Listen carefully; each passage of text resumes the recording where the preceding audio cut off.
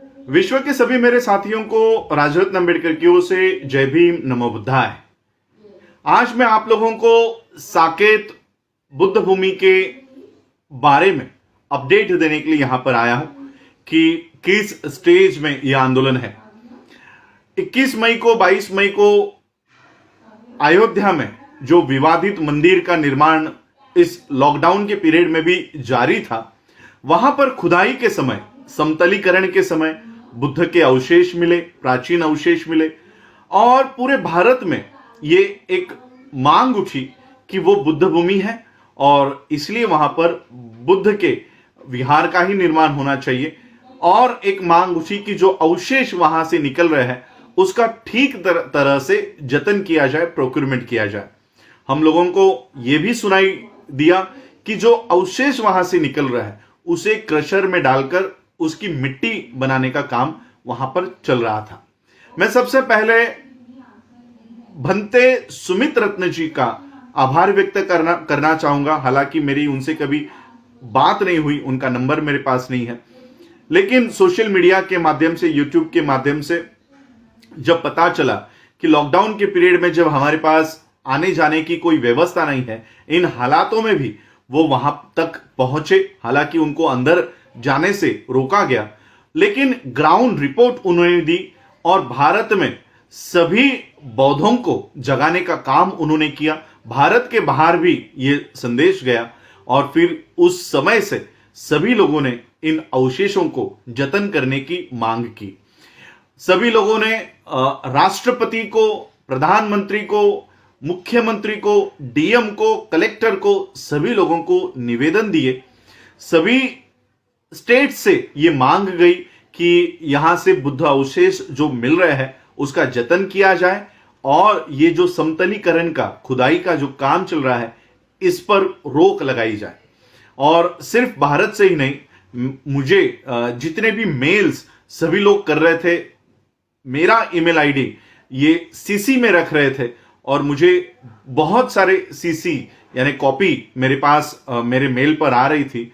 US के लोगों ने, यूनाइटेड नेशंस के, यूनाइटेड स्टेट्स के लोगों ने, यूनाइटेड किंगडम के लोगों ने, लंदन के लोगों ने, ऑस्ट्रेलिया के लोगों ने, जहां जहां पर हमारे विदेशों में हमारे अम्बेडकराइट्स रहते हैं, उन सभी लोगों ने यूनेस्को से लेकर राष्ट्रपति तक, प्रधानमंत्री तक, सीएम तक, डीएम तक सभी निवेदन ये ईमेल द्वारा वहां पर दिए। अब इसका परिणाम यह हुआ है कि ये निवेदन इन लोगों को प्राप्त हुए हैं। कई सारे मेल्स, सीसी यूनेस्को के रिप्लाई के भी मुझे आए हैं। यूनेस्को, जब मैं यूनेस्को के साइट पर गया था तब वहां पर एक बड़े अक्षरों में उनके साइट पर लिखा हुआ है कि कोरोना के वजह से वो किसी को रिप्लाई नहीं दे पाएंगे। लेकिन इन हालातों में भी यूनेस्को ने इस मुद्दे की गंभीरता पहचानते हुए यूनेस्को ने भी हम लोगों को रिप्लाई भेजा। दिल्ली के यूनेस्को में ये अप्लाई करने के लिए, ये एप्लीकेशन भेजने के लिए उन्होंने हम लोगों को निर्देश दिए।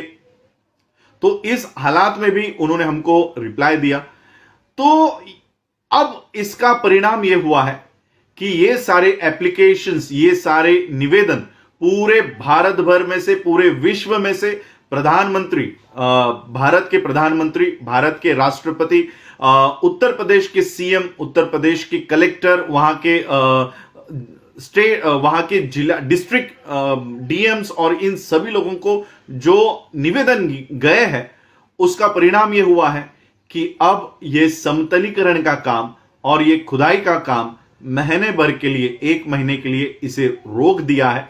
और ये हम लोगों को एक समय मिला है, पर्याप्त समय मिला है, क्योंकि कोरोना की वजह से हम लोगों को सुप्रीम कोर्ट में भी अपनी याचिका दाखिल करने में बहुत देरी हो रही है। ऑनलाइन ये याचिकाएं दाखिल की जा रही है, ऑनलाइन ही मेरा वेरिफिकेशन हुआ। तो बहुत सारी दिक्कतें हम लोगों को लॉकडाउन के पीरियड में आई, लेकिन अब एक अच्छी खबर हम लोगों के लिए है कि ये समतलीकरण का काम, ये खुदाई अब रोक दी गई है और ये सारा श्रेय जाता है आप लोगों को, भारत के, विश्व के सभी बौद्धों को, कि आप लोग जागरूक रहकर ये एप्लीकेशंस आप लोगों ने भेजी। बुद्धिस्ट सोसाइटी ऑफ इंडिया के, भारतीय बौद्ध महासभा के सभी राज्यों के पदाधिकारियों को भी मैं आभार व्यक्त करता हूं।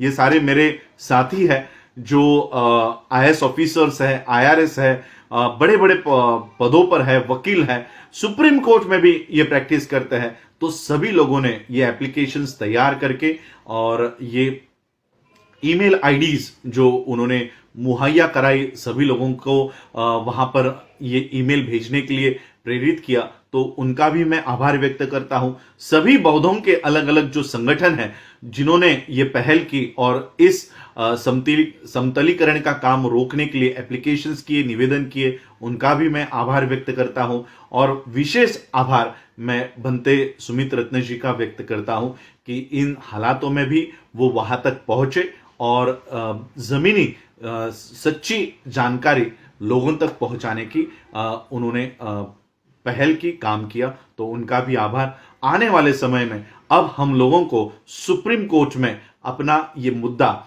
वहां पर डट कर लड़ना है, उसकी भी सारी तैयारी हो चुकी है और ये सारा काम अब हम लोगों को एक समय मिला है। जो अवशेष वहां से प्राप्त हो रहे हैं, अब कम से कम वो अवशेष सब सलामत रहेंगे और ये एक समय हम लोगों को मिला है। सुप्रीम कोर्ट में इसके बाद हम लोग वहां पर डट कर लड़ेंगे और सभी लोगों से मैं ये विनती करना चाहूंगा कि इस मूवमेंट में, इस आंदोलन में भी आप लोग इसी तरह से एकजुटता दिखाते हुए अपने हक और अधिकार के लिए इस आंदोलन में शामिल होंगे। यही आज मैं आप लोगों को विनती करने के लिए और ये जानकारी देने के लिए कि ये काम अब रुक गया है, समतलीकरण का, खुदाई का काम अब रुक गया है। एक बेनिफिट हम लोगों को मिला है, ये सिर्फ और सिर्फ आप लोगों की एकजुटता की वजह से। कोई ऑर्गेनाइजेशन या कोई नेता या कोई लीडर इसमें लीड नहीं कर रहा था। इसका लीड केवल और केवल भारत की और विश्व की जनता कर रही थी। भारत के और विश्व के अंबेडकराइट्स और बौद्ध मिलकर यह आंदोलन लड़ रहे थे और इसलिए हम लोगों को यह अब समझ लेना चाहिए कि हम जब एक हो जाते हैं तब हमें किसी लीडर की आवश्यकता नहीं है।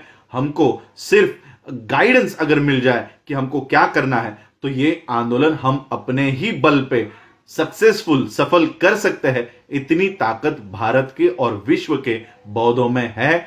ये आज के इस उदाहरण से हम लोगों को पता चल जाता है और इसलिए आगे भी इसी तरह से जब भी कभी हमारे अस्तित्व के ऊपर अगर कोई वार होता है तो इसी तरह से हम लोगों को एक होना है। हमारी राजनीतिक मंशा किसकी ओर है, कौन से पार्टी के लिए हमारे मन में जगह है, ये सारा भूल कर, ये सारा छोड़कर हम लोगों को बौद्ध होने के नाते एक होना है। जिस तरह से हम बौद्ध विहारों में जाते हैं और विहार में प्रवेश करते समय हम अपने चप्पल, जूते ये बाहर उतारते हैं, उसी तरह से बौद्ध होने के नाते अपने जितनी भी पार्टियां हैं ये पार्टियों को बाहर रखो और बौद्ध होने के नाते एक होकर इस आंदोलन में उतरो। यही मैं आज आप लोगों से विनती करता हूं। आप लोगों ने मुझे सुना, उसके लिए आप लोगों का आभार, धन्यवाद। जय भीम, जय भारत, जय बुद्ध।